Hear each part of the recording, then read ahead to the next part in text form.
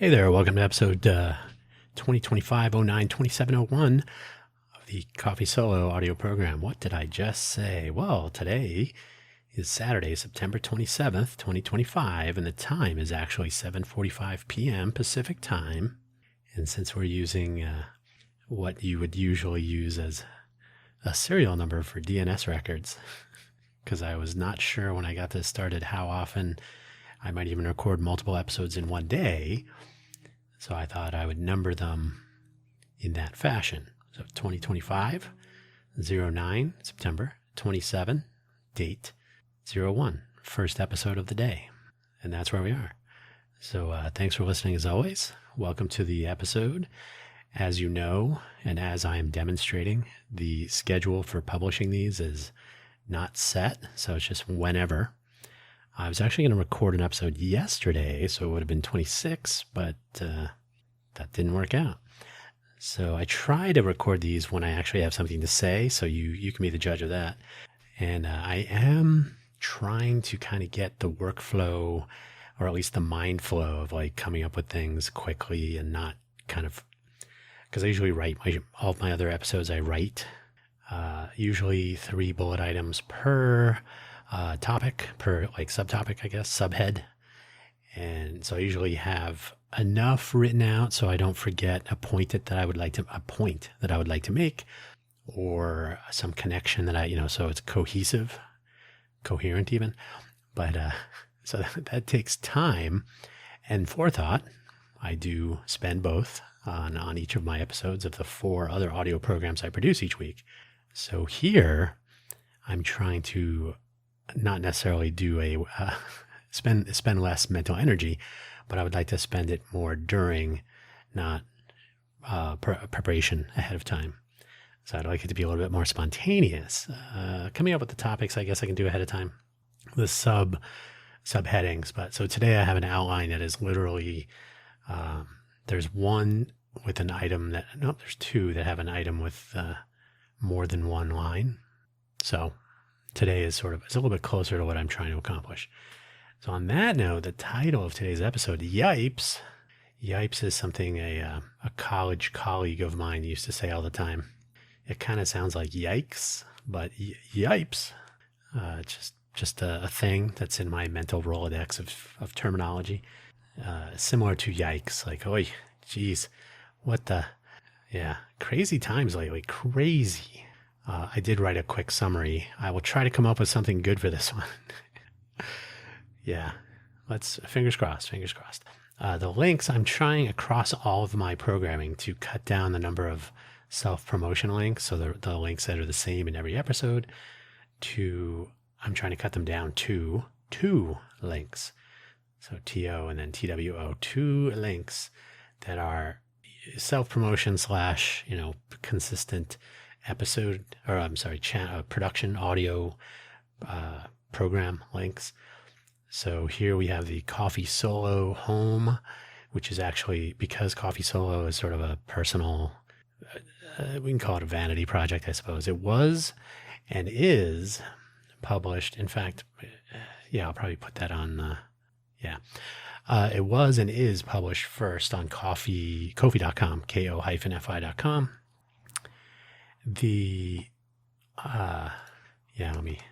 I'll put original posts at Ko-fi.com, Dan Hugo /posts, original posts of Coffee Solo at Ko-fi.com /Dan Hugo /posts.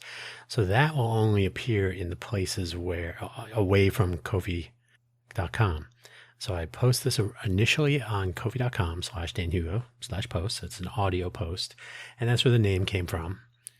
And then I post it to Spotify for creators, and that gets pushed to a proper RSS feed, and it will show up on YouTube, Apple Podcasts, Amazon Podcasts, and it has an RSS feed. I can't remember if I added this to anything else, but it should go out to iHeartRadio, maybe some others, and anywhere where an RSS feed can be picked up. So hopefully, feel free. And so that comes from Spotify formerly Anchor. I think Anchor was better. That's just me. But so the original posts appear on ko-fi.com/danhugo/post. So that link will be in the Spotify and elsewhere. And then there's a homepage for this. It's my own personal site, danhugo.com. And then there'll be a coffee solo and also buy me an update. And then the profile page linking everything, which has been around for about 5 years now. I use it explicitly to publish updates to links of things, so there's a big giant freeform profile page. So links to all of my audio programming, links to maybe some other media productions at some point, the links to my GitHub projects, repos, organizations, etc. Some affiliate links to things that I actually use, like some of my favorite coffees and so on. You don't have to spend any money at any of these places I've mentioned. If you do, it will go towards the thing that powers all of this, which is indeed coffee. Isn't it strange that coffee.com, Ko-fi, I say Ko-fi because they spell it weirdly, so just to underscore that, Ko-fi.com and buymeacoffee.com are my two external platforms of choice for audience engagement. So yeah, coffee powers all of my activities. On that note, let's get on with the actual episode. Enough of this setup. But yeah, so publishes to ko-fi.com, and then shortly after, initially I was going to do it days later, and I was like, So I just publish it first, and then I schedule Spotify for like an hour or two later, and go from there. And if you're curious, I am still trying to. I know what I want to do to fix it. Fun fact: YouTube, when you have YouTube pick up your podcast from an RSS feed, which it will do automatically, like it's, that's normal in the modern era. There are better ways to do that now, but the legacy of RSS for distributing podcasts is not gonna go away anytime soon. Thanks, Adam Curry and Dave Weiner and Steve Jobs. But when it pulls the audio program, it creates a single frame video from the cover art, and then it publishes it, and then I have it set in my preferences to automatically publish public. You can publish the video, but mark it private so people can't see it, and that lets you mark it public later if you want. So the video, if it gets marked private, it won't show up in anyone's, selected, recommended, whatever. So I have it marked to set everything's public, right? Pulls it in, converts the video to the single frame, or builds a video from the single frame. And then some number of hours later, it marks it as private automatically. Just trying to be helpful, I guess. Drinking some coffee, by the way. And I know that's going to make my voice messed up, but that's the way it is. So it marks it as private automatically. And I have found articles on Reddit, very little discussion of this, but articles on Reddit that go back over a year and as recently as like 3 months ago. So it's just not going to get fixed, I guess. Apparently people have contacted YouTube and they're like, hey, if it's a problem with the RSS feed, if the RSS feed updates and it marks it as public or as private from public, that's not us. Which just doesn't make sense. So they're not honoring their own feed settings, I guess. So whatever. The answer is to implement either using something like, what is it called? Playwright for browser automation, or to use the YouTube data API. So just periodically ping the channel and see if the most recent episode is the one expected. And then if not, use the API to flip or the Playwright interface and go through the browser and flip the video back to public. And then the little side effect, when this happens, pretty much 100% of the time, there's a playlist that gets automatically generated and it shows up in the podcast tab for the user. When you click on that, you'll see a list of all the things that it thinks are podcasts. So when it marks the video as private, it pushes the video down to the bottom of the sorted list. I have it sorted by date of publication, newest first. I think that's exactly what the UI selection is. So I'm like, it's way at the bottom. Why is that? So I'm going to guess, and really the first thing I should do is read the RSS feed at the time it's published. So when I publish an episode, On Spotify, the RSS feed updates eventually. Then YouTube will read it eventually. I think it reads it more frequently than every few minutes. Maybe it's like every 15 minutes even. I don't even know. I should check. I should find out. So it reads it, then it'll indicate in the Studio UI that it's processing, and then it publishes the video, and that's it. So apparently, according to the Reddit thread I saw, if the RSS feed updates for some reason from the origin, so Spotify in this case, then YouTube may somehow reread it or reconsult it in some way and say, oh, this has been changed. And that breaks the sort order in the podcast playlist, and it marks the generated video as private. So very strange. The fix using the YouTube data API should be pretty straightforward. I just have to actually do it. And I don't know if you've ever tried to set up an API credential for any Google services. It's unnecessarily annoying. So I got to deal with that. But that's my proposed solution. So, I mean, it's not super high priority, but man, it happens every day, all the time.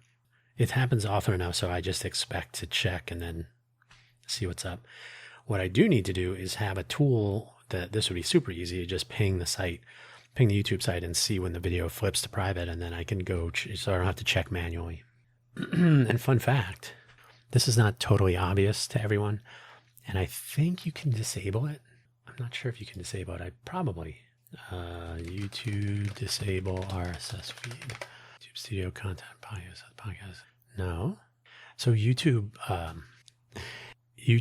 creates, I don't know why they say podcast. So YouTube creates an RSS feed for your channel, and it is discoverable. So if you view the source of your page, it will be visible as an RSS. What is it? Alternative/XML plus RSS, I think it is, something like that.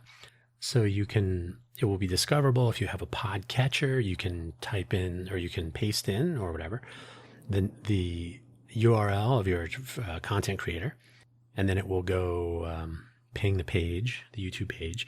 It will pick up the RSS feed, and then it will subscribe you to that feed, and you'll get basically the channel update.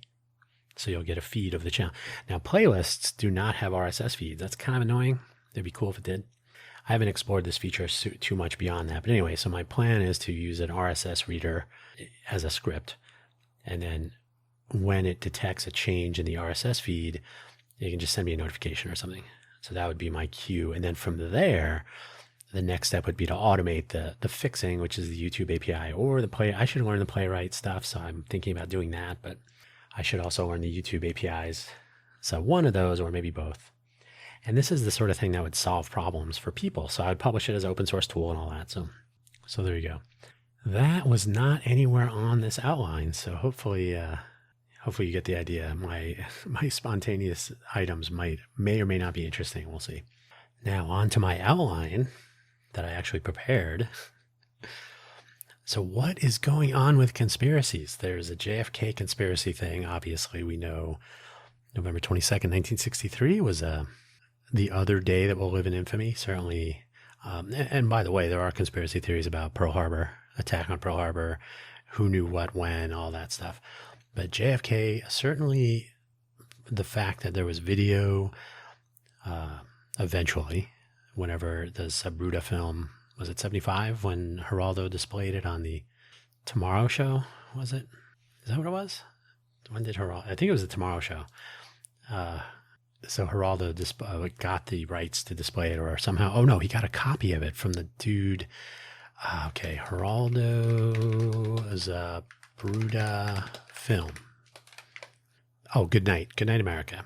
Broadcast the first national telecast of the Zabruta. I'm saying Zabruta because when they had Abraham Zabruta, when they were talking to him live contemporaneously, he pronounced his name that way. Abraham Zabruta. It was 1983, revealing the silent 8mm film of the JFK assassination. The film was actually, it was from one of the guests, which was Mark something. I don't know. That's for you to check out. But anyway, the Zabruder film is itself a subject of its own little conspiracy theories. So total, like layers and layers of conspiracy. So if you've been watching the news at all for the last 10 days, no, 17 days, September 10th, of course, Charlie Kirk. I was not a fan, but I don't really spend any time, so I couldn't tell you much about him. I can only tell you that I was not a fan. I can tell you why, I guess, but immaterial. He, of course, was shot, apparently, maybe, by one person, allegedly, maybe others, who knows, from the front or the behind, or what was the weapon used and what was the caliber? Where's the autopsy? I mean, the list of the questions is starting to mount. So even if you have it on in the background, as I do often, there's so many people with so many theories, and it's extremely reminiscent of the JFK conspiracy population. People with their theories, and they write their books, and nowadays you can just create YouTube videos, but you're basically, for whatever reason, the motivation is to, oh, I have another notion. I'm going to go create a book or an article or a video, etc. Right? So it's been really interesting to watch. I read the book. One of the book, I think it was based on two books. The JFK movie by Oliver Stone. I read the book by, is it Jim Marrs? Jim Marrs, yeah, with two R's. He wrote, JFK book was Crossfire, The Plot That Killed Kennedy. So I read that book. It was interesting. I also read the Lee Harvey Oswald book by, who was the guy? Norman Mailer, yeah.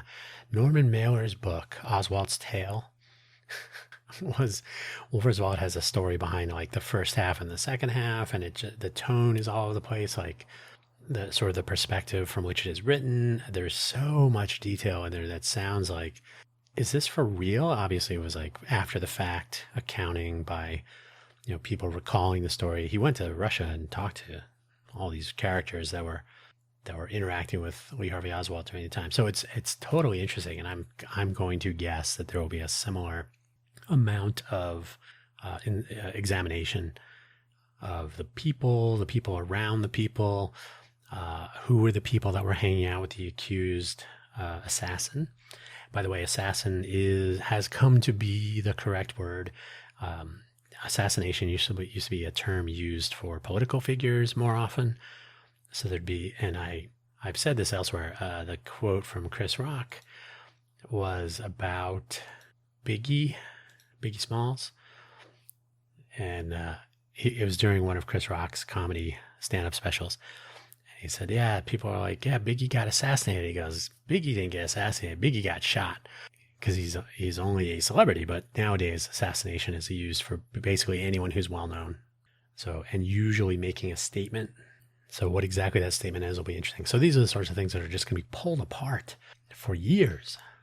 And, or everything will come to a head next week, and it will be pushed down on the list of things to talk about every day.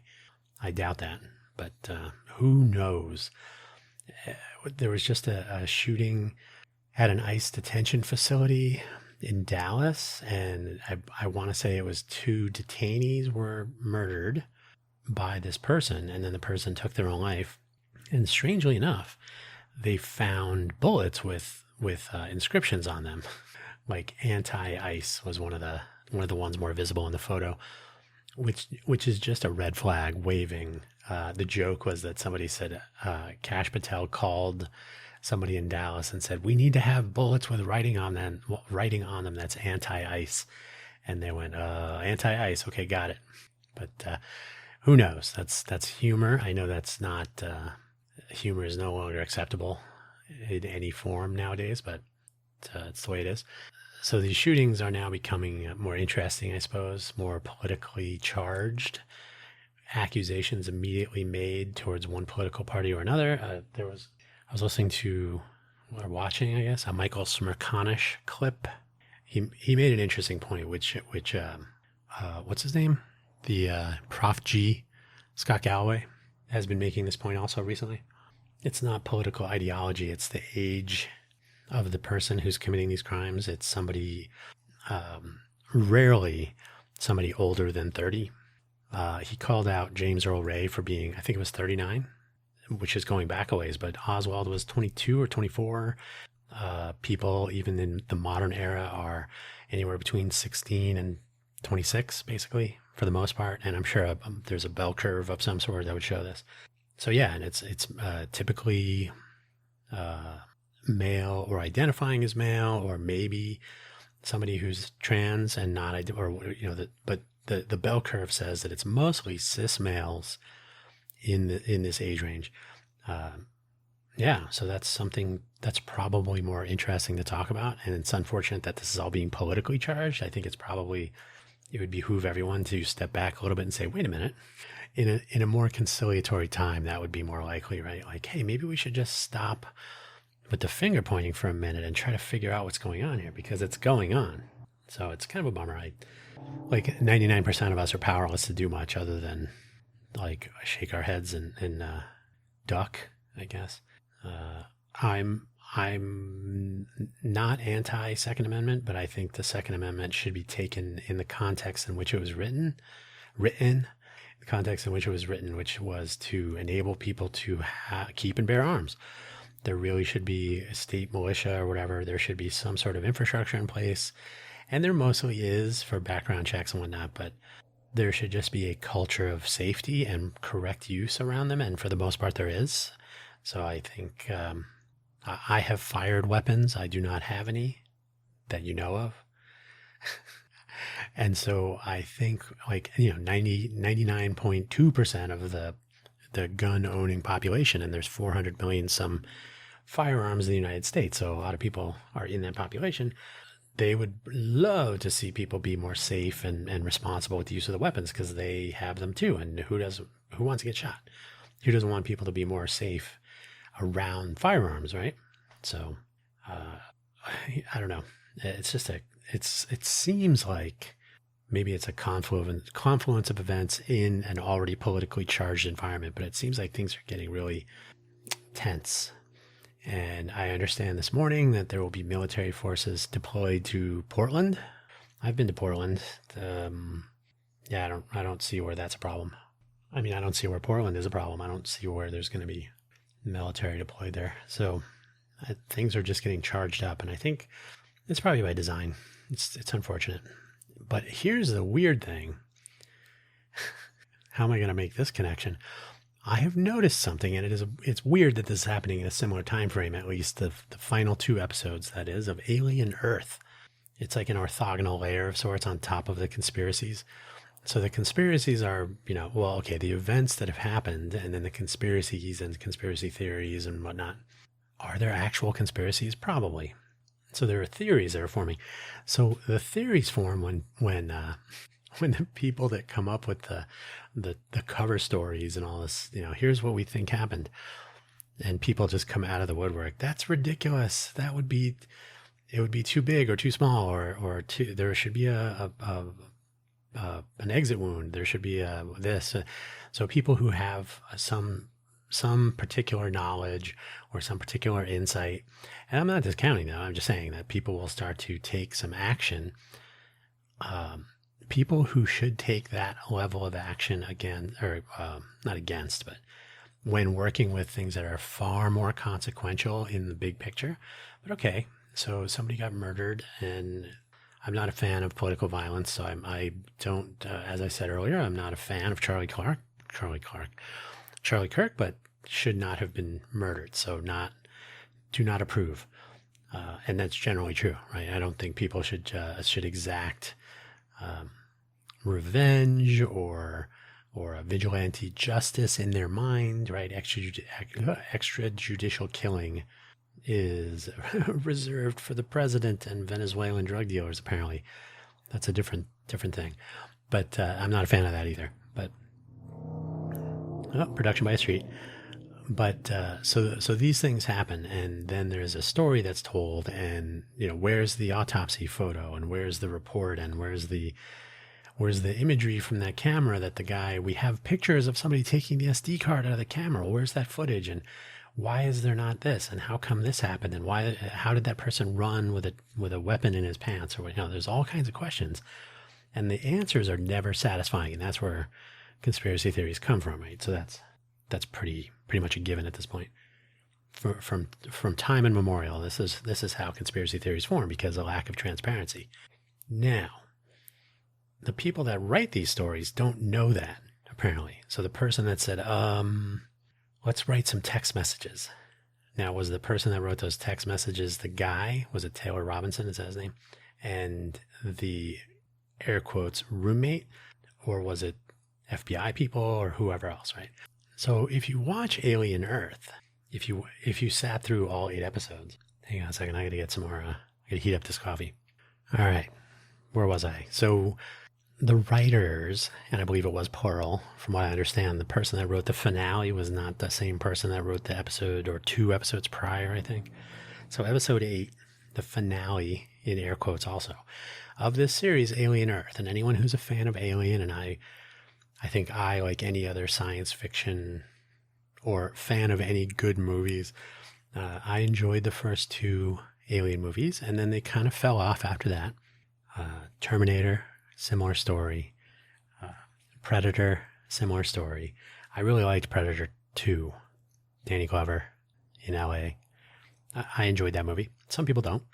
I also think Prey was really good. Maybe the people that did Prey should have been working on Alien Earth. Anyway, so Alien Earth, the surgical precision with which people who are Alien fans but who are disappointed with Alien Earth, the precision with which they're pulling this apart, they are cutting away layer by layer so that they can mock or point out failings, is fascinating to me, because we live in that culture. We live in the fandom menace for all the Star Trek people out there. Sorry. Star Trek. Well, Star Trek too. Star Trek also. Star Wars. It started out with Star Wars, right? So when the prequels came out, and then it really hit hard when when J.J. Abrams, what do they call him? J.J. Binks, Jar Jar Binks. So the Star Wars stuff, and then when the Star Trek series were coming out, same thing, right? Same feeling, like, oh, they don't know what they're doing. They've done a horrible job. Continuity. Why would this happen? Member berries, right? That's where you're just doing fan service. So Alien Earth is replete with all of those things. It's really quite bad, in my opinion. I'm not a fan. I watched it. It's off the checklist because it was aired on Hulu on Tuesday. Hulu, and now Hulu, which I've had Hulu for a decade. I don't even know. I've had it for a long time, and I've been paying $5.99 or something a month, but I've enjoyed it. There are many. I really wish I had time to watch Justified one last time. That's a great series. They send out an email. We're raising the monthly rate to $11.99 a month. And I'm like, that's not worth it. Sorry, it's just not. So Alien Earth was like the frosting, the icing on the cake, or I guess really, Alien Earth was the top layer of the cake, and the price increase is the icing. Maybe that's more appropriate. But yeah, just really disappointing. But the take home, the reason I'm mentioning this at all, because it's not really worth it. There are hours and hours and hours of people ripping apart Alien Earth week over week, and of course double for the finale in the series. The writing. So Alien Earth is really well produced. It's very a lot of really good imagery. The production value is very high. Some creative aliens, of course. The xenomorph, which I don't like that word, but so be it. It's a made up term. It was made up in Aliens, and it comes from xeno is a stranger morph shape thing, right? So a strange thing. It's literally alien. So the xenomorph is the alien, which could be anything. Anyway, so pedanticness aside, pedantry, I don't know. The alien was horrible. The daylight and the fact that it's now a pet doggy is a problem. But the writing, so they had a really good base, visual, the intellectual property of the story, the visuals, the production value in general. The premise is horrible. The crashing Maginot spaceship, interesting. The mission they were on, interesting. the stupidity of the people, bad writing, and it goes from there. So when you think about it, any conspiracy theory comes from bad writing, right? I mean, often you have no control over the circumstances. So something bad happens. Somebody has to tell a story. There has to be a narrative. There has to be something that will calm the nerves of the nation. Sometimes that was the excuse given for the JFK assassination. You can't let people think that it was a Soviet, at the time, Soviet Union involvement. You can't think it was Cuba because that would be tied to Russia, Soviet Union. So lone gunman, that's always a safe bet. Doesn't matter. Hey, he just went off he had a personal gripe. He had his ideology, whatever. And of course, the fact that Lee Harvey Oswald was on record, like there's that radio interview with him, or a TV interview when he was going to be on the radio, or he was on the radio, sorry, with the, what's the guy's name? I'm totally spacing on his name. But anyway, there is a radio interview, and then there's a TV interview of the people that were on the radio discussion about Marxist-Leninism that Lee Harvey Oswald allegedly followed, versus, what was his name? Grenier. I can't remember his first name. So they were debating because of the,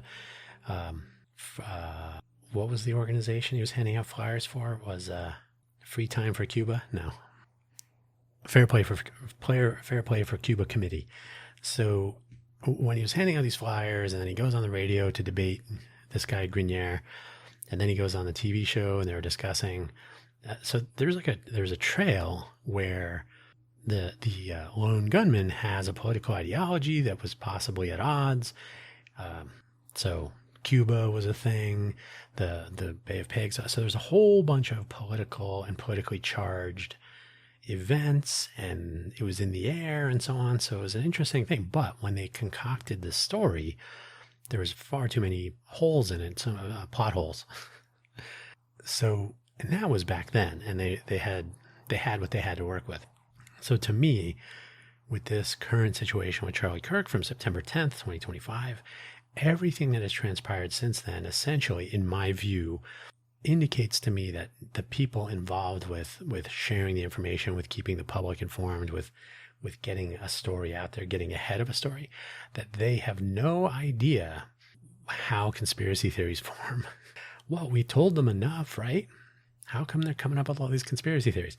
Because there are too many inconsistencies, things don't make sense. And it really, really, it would make so much more sense, I think, if part of the transparency would be, look, and I live in Vegas, as you may know. You may also, who knows.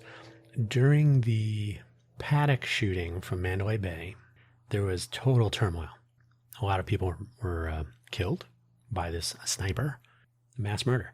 Like the biggest mass murder in one location in the U.S. in history, I guess, from a lone gunman. So every day there'd be a press conference and whatnot. And, they were trying to keep up with it. Our current governor was the sheriff at the time, Joe Lombardo. And so he was doing his thing. And there were still holes in the story. And I'm not saying that they were doing a good job, but they were trying to keep up with the details and the questions and so on. I'm not defending them. I am not a huge fan of how it was handled, because there were a lot of questions that were not answered, but they were doing a fractionally better job. But I think anyone who thinks that there's still, as of today, as of 8:23 p.m. on Saturday Pacific time, Saturday to September 27th, there is still no autopsy report. Now, what they could be transparent about is there is an autopsy report. We are maintaining confidentiality of it for this time until we have an indictment, until the case is assembled, because we don't want to divulge any information. The reason you would do that is if you're not sure if you have all of I'm just guessing. I'm not a law enforcement person or investigator, but this would be sensible to say we can't divulge everything because we want to make sure we have all of the involved parties, so they can use the withheld information to verify a story or to compare an account from one person with what they think happened and so on. So some transparency about that might be useful, but instead they just don't release a autopsy report. The information that has come out suggests that the bullet bounced off of bones that are too dense, And any hunters out there or anyone who knows anything about firearms is like, a 30-06 would go through 10 people. No, I'm just making that up. But there's no way human bone is stopping a projectile fired from 200 yards away, allegedly. So a lot of things are not lining up. And rather than addressing them, they're just sort of hand waving. And hand waving is not a good way to answer questions. So apparently the people that are publishing this information are trying and failing to keep the public apprised of what they know and when they're getting new information and what they think actually happened, and tuning the story to reality so it coincides more with actual accounts and video evidence and so on and so on. There's no continuity, there's no sensibility. And so this is the same thing you see people complaining about for hours and hours at a time about movies. So to think that in this modern era, people would not be rolling up their sleeves, busting out the microscope and like, come on, I'm going to be making an hour of video for every minute of silliness and monetizing it. So it's beyond the pale, really. Anyway, let's talk about something fun. Hacktoberfest. Hacktoberfest is an annual event. I think it's 13 years now. I could find out. It's hacktoberfest.com. It's spelled exactly as it sounds. You're not gonna go check it out, right? Hacktoberfest 2025. What is it? Oh, registration. On their website it says Hacktoberfest 2025 is open, but it hasn't started yet. You can register, and there's instructions on how to participate and all that. So, okay, so 11 years. Hacktoberfest started in 2014. 2014 from DigitalOcean, still a sponsor every year. They've added MLH, which I know the co-founders of that, which I would like to reach out to them for some ideas that I have had. You may know that I'm the managing director of the Innovate for Vegas Foundation, a nonprofit open source civic volunteer organization trying to elevate communities through volunteer action. Some of it is software development, other things are not. So as in, sometimes it's hardware, sometimes it should be language translation or even telling a story, marketing, et cetera, et cetera. So Innovate for Vegas Foundation, we have our Project ACT initiative, the Autonomous Cohort Tessellation, which is a decentralized discovery mechanism to enable and encourage connection, communication, and collaboration between cohorts. And Hacktoberfest aims to connect newcomers to open source development and project participation and contribution to existing open source projects. So it's kind of the same intent. So in my view, the way Hacktoberfest implements this is kind of broken, in my opinion. If you're a newcomer, and I already talked about this in last week's episode of Let's Innovate for Vegas. So 14 days ago-ish. Basically, so I'm not going to search again, but there's tens of thousands of results if you visit GitHub, and you can visit GitLab also, and you say, I would like to find a Hacktoberfest project, a project participating in Hacktoberfest, so I can contribute to it. I'm a beginner. And you get 140,000, I think it is. Tens of thousands of results.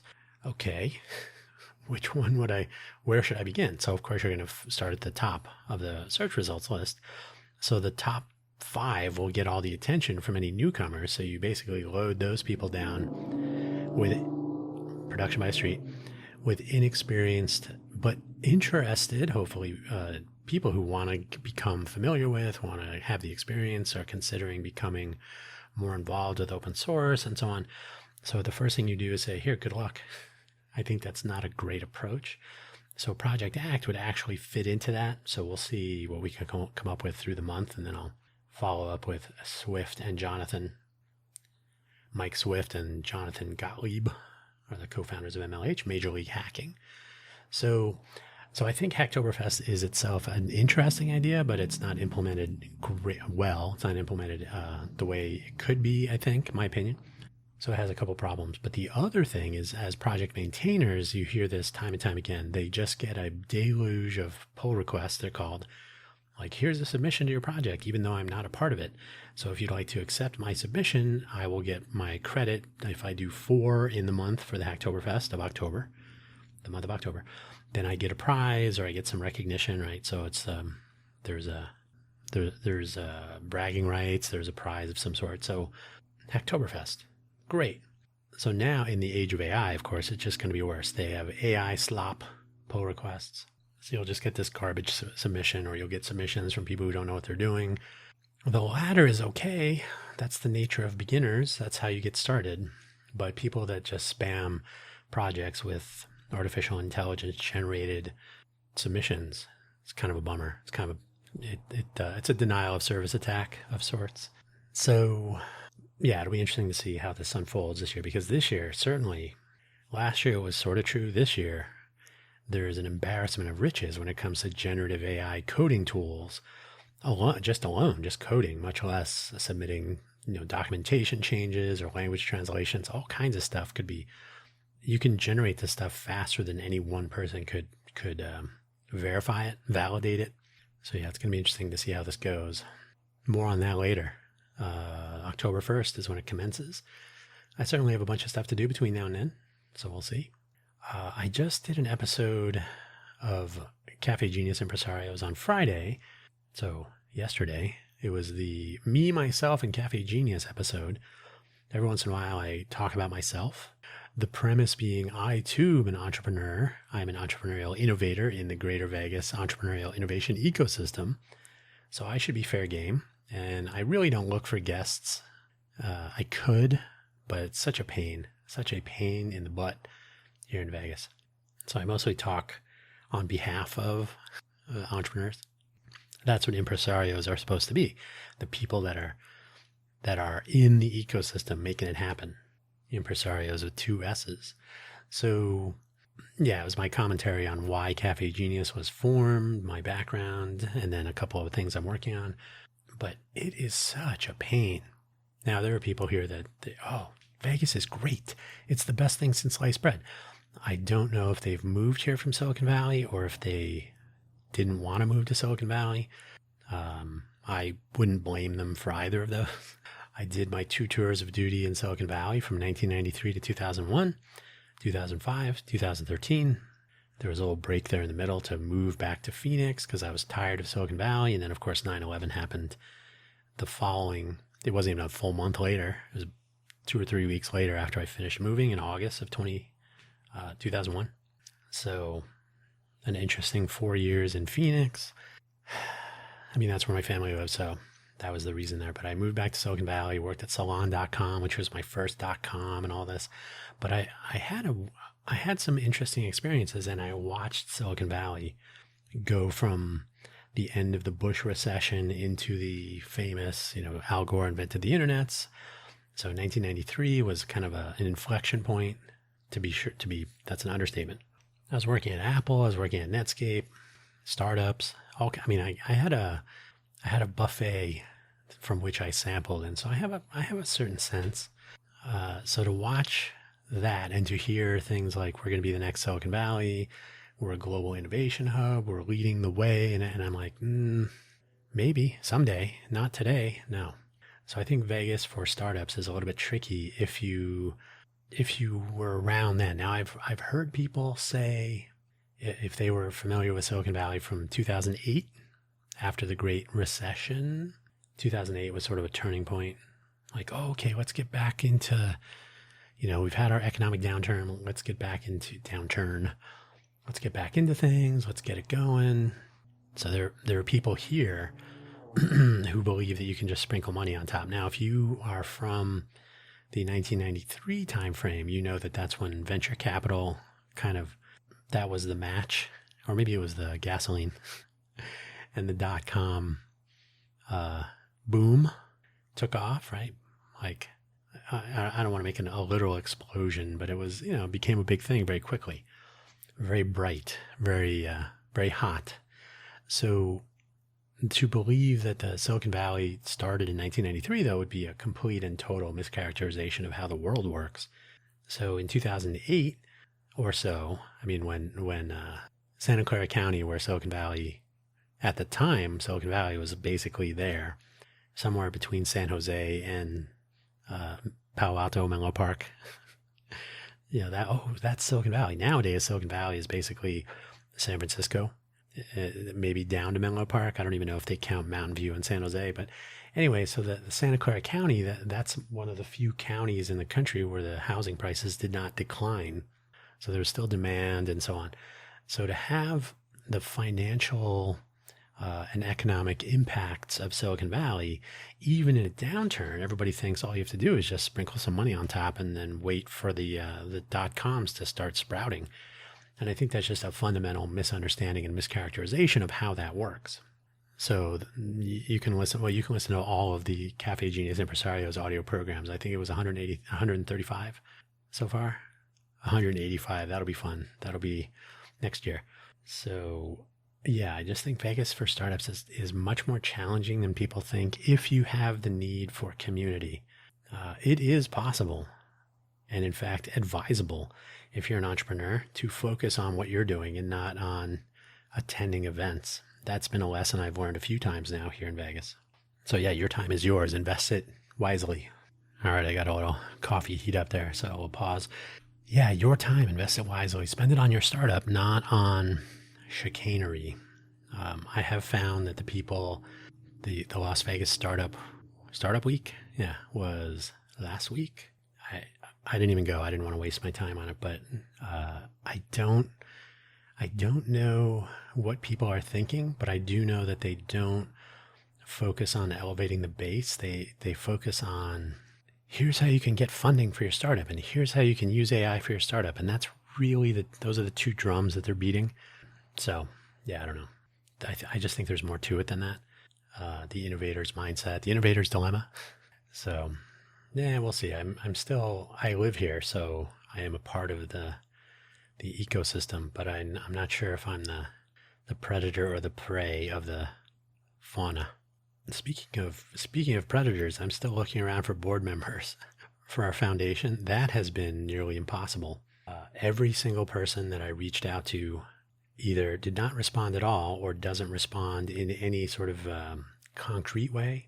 Maybe, I don't know. Maybe, let me think about it. Let me reach out to some people I know. It's never definitive. And that goes with the culture here. So it goes back to the ecosystem and some of its deficiencies. It's immature. That's the thing. So in searching for now Vegas has nonprofits. There are charitable organizations here. We're a global innovation hub, so you would think somebody that's focusing on innovation would at least get some attention. But this is a very, very, very much a show us what you're working on, show us what you got. They really don't want to get behind early days unless you are already a celebrity. So if I was Mark Wahlberg, or if I was Mark Andreessen and Ben Horowitz, and I witnessed this, I think I may have mentioned this in a previous episode, and I've surely talked about it in the Impresarios series of programs. I witnessed the drool and excitement coming from the people in the Office of Economic Development for the city of Las Vegas when they learned that Andreessen Horowitz, A16Z, when Mark Andreessen and Ben Horowitz were going to establish residences in the greater Vegas area. Oh my God. Oh, Mark, did you hear Mark Andreessen's moving here? I'm like, yeah, I worked at Netscape when he was just Marka, before he became the monster that he is today, the egg-headed monster. So they really want celebrity here, or they want you to already have pockets full of money. So they're not really enabling innovation at every turn. They're more like selective about it. I think that's going to be a huge problem. But to get back on to the current bullet item, so I'm searching for board members for our foundation. We literally have no board members, except for me. So I'm kind of starting over.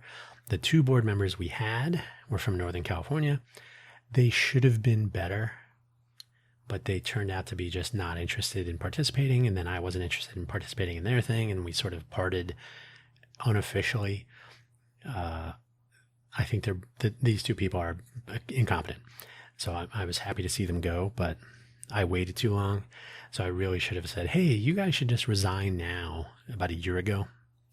But so I just let them not show up to things and not do anything, and they were automatically off the board, so I didn't have to deal with them anymore. So that's unfortunate, but that's the way it is. It's after dark. I can tell it like it is. So it wasn't until the end of May 2025 that this happened, that they departed. And our fiscal year ended end of June 30th, 2025. So I filed our annual list update with the state. I removed their names, but I didn't have anybody, I started pinging people. I didn't have anybody to fill in. So right now I'm the only listed board member, and really, you really want to have at least 3. I mean, and they should be all unrelated, like no mom and dad on the board and stuff like that. You can do that, but they can't be the entire board, right? So I think the way it's worded is a majority of board members should be unrelated, because you don't want, like, let's say you had your entire family, like a president and the sons starting companies, and then they're running the thing and they make decisions in the best interest of the family, not the shareholders and so on. I'm not saying that would ever happen. So yeah, that's been something of a challenge. And it's always an eye-opener when you reach out to what is supposed to be a community, in air quotes, and you find out just how weak the community is, or how it's very siloed, right? So there are little cliques. So you're either in the clique or you're not, and so you're not in the right silo and so on. And this has happened over the years, and people have talked about the fact that it's a very siloed, I was going to say community, but that's not really the right word. A lot of silos. And then, of course, if you reach out on LinkedIn to people, LinkedIn is garbage. I've said this many times in many forums. I recently started just removing connections. If I didn't, if I reached out to somebody on LinkedIn via email or through their horrible direct messaging thing, if I don't hear back from them, I just remove them, because why bother, right? You're a name on their database. You're not a connection of mine. If you don't respond to me, that's worthless. So I've been reaching out to people, new people that are more local, focused on education or other infrastructure and the whole innovation ecosystem angle. So when I connect with somebody, and they don't have to be in Vegas. There have been some people I've connected with on LinkedIn in the past month. So I connect with them, and then I email them. I try to email them, or if I direct message them, I say, thanks for connecting, and here's why I reached out to you, and we're doing this, and here's my email address, and vastly prefer email if possible. And I just never hear from them. Or even worse, one person said, oh, hey, here's my number. Let's text me and let's see when we're available. We can talk. So I texted him within minutes, and that was July. Never heard back from him. There are all kinds of, so LinkedIn is essentially a checkbox. And so in my boredom, or maybe to convince myself that I'm correct, I've been getting a lot of suggested LinkedIn, recommended, whatever it is, accounts, posts in my news feed or whatever they call it. And it's basically, now they must know that I'm male. So I just get a nonstop collection of people I don't know, and I'm not connected to in anything greater than or less than a third degree, but usually not even that, or that was the case. And it would be essentially Instagram selfies, right? Here's how I went from 5 followers to 50,000 in 30 days. And you're like, yeah, because you're posting, there's no OnlyFans link, and I don't mean to denigrate people, but like, they're treating LinkedIn like it's Instagram or Twitter. Like they're posting photos that are like, here's me lounging at the beach with my laptop. And you're like, oh, they're not unattractive photos. And usually these are like, I have one, right? They're very suggestive, or they're very eye-catching, but they're not necessarily professional, quote unquote professional, that you would normally see on LinkedIn. So this has been going on for a long time, that LinkedIn is turning into Facebook. And it's like, I'm all for you posting like, here's the latest project, or hey, we were at a conference and here's so-and-so making a presentation.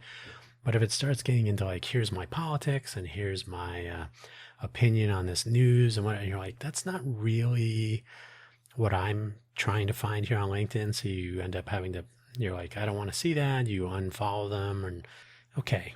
So now I started seeing these. I'm like, well, at least it's not the same old. But what you end up with is these are, attractive women. They're conventionally attractive. They're fine. They look very nice. They're certainly eye-catching, and they're posting these images that like, I will help you with your LinkedIn brand or some marketing or customer engagement and so on. And here's how you go from 10 followers to 1 million and so on. And you're like, okay, I guess. So I followed them. And you end up with, so they all follow each other and they all cross promote each other, which is fine. But it looks like a group strategy to build up this like brand manager slash LinkedIn presence manager slash social media manager, whatever it is.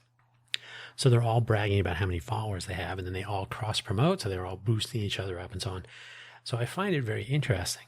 It's kind of like game, and I'm not like attacking the individual people. I'm just saying that this LinkedIn was not traditionally where that would be the strategy. It wouldn't be about posting provocative photos and then cross promoting through likes and comments, cross engagement in these verticals where the goal is to gain followers and then clients, right? So to me, this is just another step towards this, like turning LinkedIn into it's just Instagram, really, when you think about it. They did have stories briefly, and luckily that did not fly, but I don't know, there will probably be some sort of a TikTok or integration at some point. So my point though, the final point is LinkedIn is the way Vegas communicates with itself regarding this global innovation stuff and we're the next Silicon Valley and Hollywood 2.0. People post there because local media doesn't cover any of this here. If they do, it's like, how can we do a 2-minute lifestyle segment on the news and we'll publish it on YouTube? And how can we do like a half page? The business people at the various newspapers, the Las Vegas Sun and the Review Journal, are the papers of record. They're in the Nevada Revised Statutes as the papers of record for the city of Las Vegas and for the region in general. Las Vegas Sun leans left, Review Journal leans right. So yeah, there you go. That's what else do you need? So there's only coverage of real estate and goings on the strip and the latest demolition or construction on the strip or near the strip, residences of celebrities and performing groups and so on. So yeah, it's really geared towards the fun economy, to be honest, and that's fine. That is a 25% plus component of the economy of the region, which is funny because everybody who says, "Oh, soft summer, Vegas is dead," like, well, their economic diversification efforts have not left the greater Vegas area completely dependent on tourism. It's still important, but they're trying to get away from like an all or nothing wager on people visiting here. So I think it's 25%. It might be, I haven't looked at where those numbers are coming from specifically. The LVCVA, the Convention and Visitors Authority, and the GEA, the Global Economic Alliance, have published things about this, and it's been topical over the summer. But they're absolutely moving away from like complete reliance on tourism, although it's not going away anytime soon.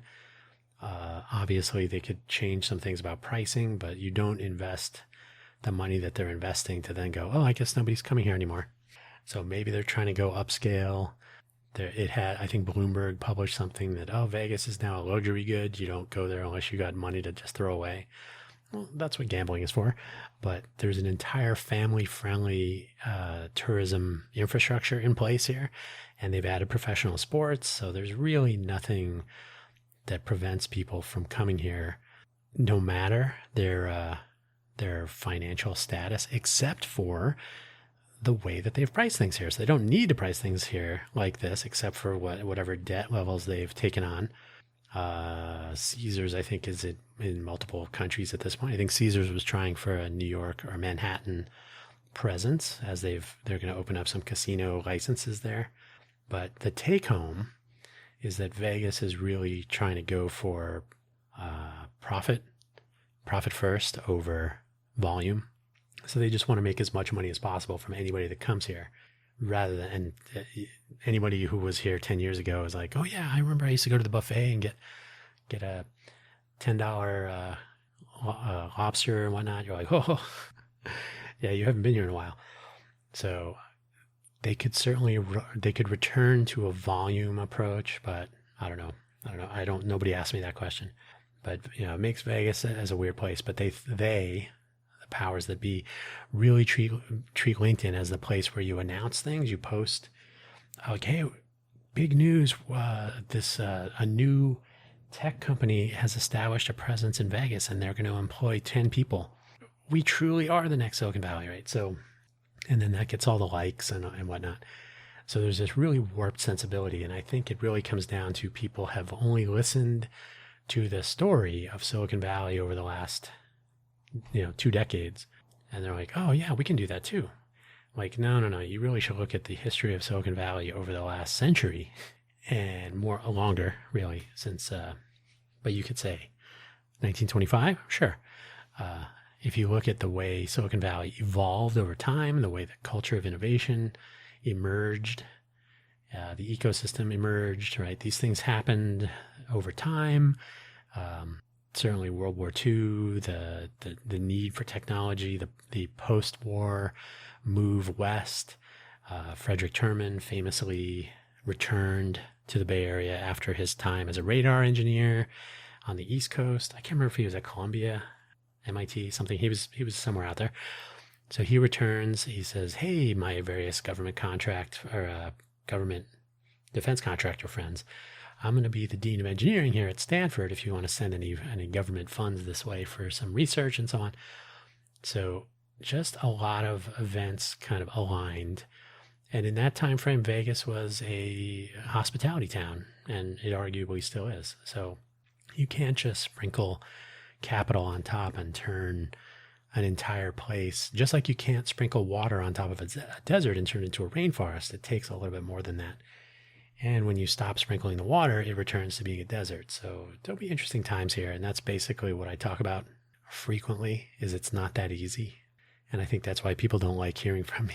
What's with him being all honest about the way things really are? We can't sell this fantasy if he's going to keep busting us.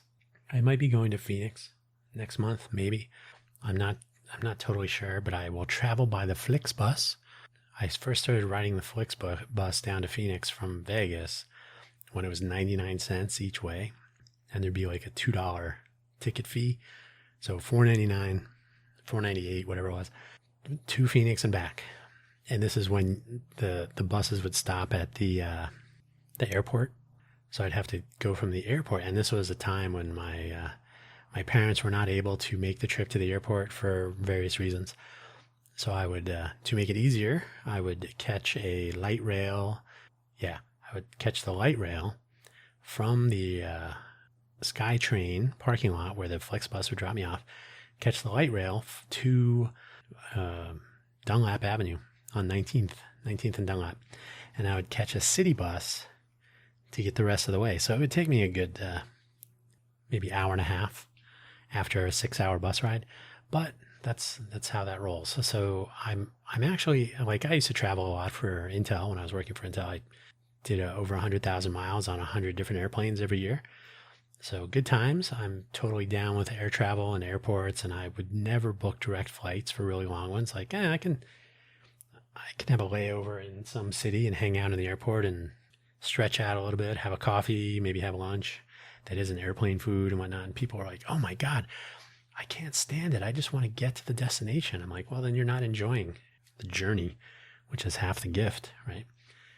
If that saying is to be believed. But anyway, so Flixbus there, then the light rail. Okay, it's part of the task at hand.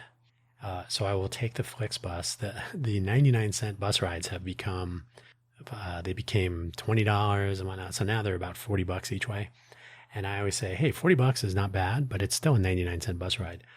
If you've ever taken a Greyhound bus or any other Trailways or any of these similar ones. What was the other one? I can't remember. There was another discount bus line. So Flixbus, Flix is in Europe. They've been doing American routes. So $40 each way. It's fine. To be honest, you pop in some earbuds, you listen to an audiobook, bring a game to play on your phone, and they have AC plugs at this point, so you can plug in your phone, use the Wi-Fi in the bus. It's hit or miss through most of the northern part of Arizona, but end of the day, everything's fine. People are, oh my God, I can't, how can you sit in a bus for 6 hours?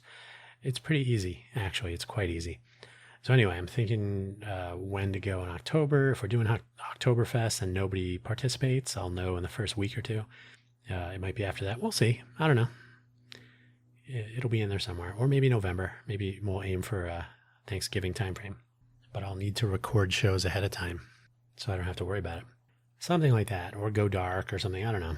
We'll see. And that's why I'm trying to plug the new websites and whatnot, so I can always say, hey, this week we're taking it off or whatever.